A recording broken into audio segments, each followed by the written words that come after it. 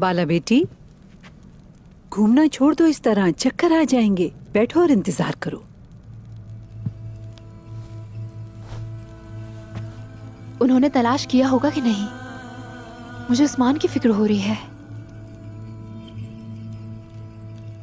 मुझे बताएं, अब क्या करेंगे? अरे बेटी, ठीक हो ना तुम? मैं ठीक हूँ अम्मा, बस हल्का सा दर्द हो रहा है। मेरी जान, क्या मैं अंदर आ सकती हूँ? आ जाओ आइगुल।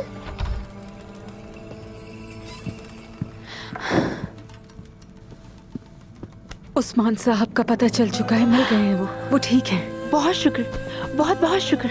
अल्लाह का लाख लाख शुक्र है। बहुत अच्छी खबर सुनाई तुमने। आखिर कहाँ है अब? आइगुल, क्या वाकई ठीक है ना? ठीक है वो, फिक्र ना करें।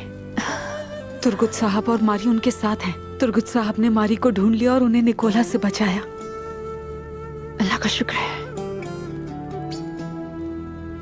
अब मेरी बात गौर से सुने आप। उस्मान साहब, उनको शक है कि मारी के अगवा में गुंदुज साहब और आयशा खातून दोनों ही मुलविस हैं। ये क्या कह रही हो तुम? ये कैसे हो सकता है? याद है उस रात जब आयशा खातून शरबत लेकर आई थी जो मारी ने पिया था? हाँ, उसे पीने के बाद ही मारी अगवा हुई थी। वजीर के सिपाहियों ने ही मारी को निकोला के पास पहुंचाया था। ऐसा नहीं हो सकता।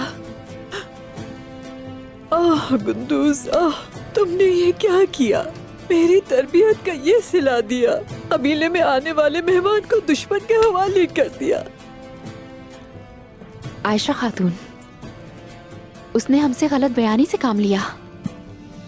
हमारी अपनी थी वो ऐसा कैसे कर सकती हैं?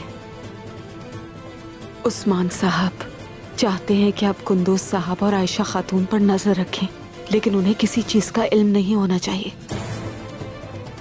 क्योंकि वो नहीं जानते कि हम उस्मान साहब से मिल चुके हैं। ये राज अफशा नहीं होना चाहिए। फिक्र ना करो तुम मेरी बच्ची।